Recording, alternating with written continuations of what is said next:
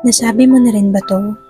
Yung, "Ma, Pa, sana kapag natupad na yung pangarap ko, kasama ko pa rin kayo."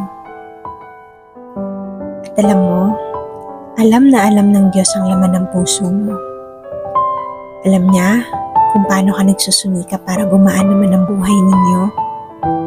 At alam rin niya yung pagod na tinitiis mo para bukas umayon din ang panahon para sa'yo at para sa pamilya mo. And I am rooting for you. Naway dumating yung pagkakataon na kung saan iiyak ka ulit, pero hindi dahil disappointed ka sa buhay, pero dahil mabuti ang Diyos sa'yo. May God bless the works of your hands and lead you to the right path. Lahat ng sakripisyo mo para kay mama, para kay nanay, para kay inay, para kay lola, at sa buong mong pamilya, hindi lihim sa langit.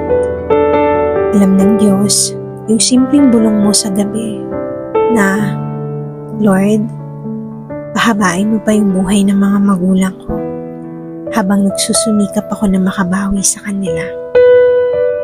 Dear, yakapin ka nawa ng Diyos sa mga oras na ito at payapain niya ang puso mo.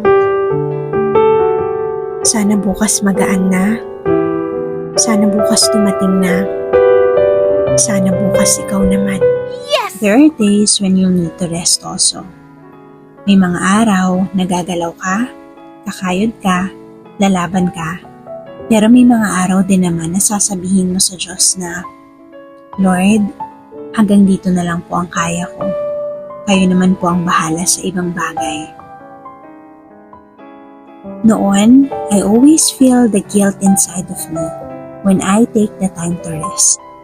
Kasi akala ko noon hindi ako productive at wala akong pakinabang kapag nagpapahinga ako. Pero hindi pala lahat ng busy ay palaging productive. Lately ko lang din na-realize yung concept of one at a time. And indeed, I can't do everything all at once. I can't figure out my life in just a day, and that is totally fine. Everything takes time, and everything has its own process to follow.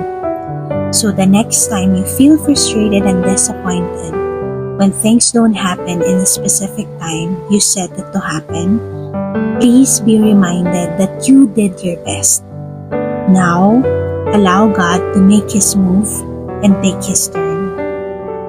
Do what you can do, tapos si Lord na ang bahala sa ibang bagay.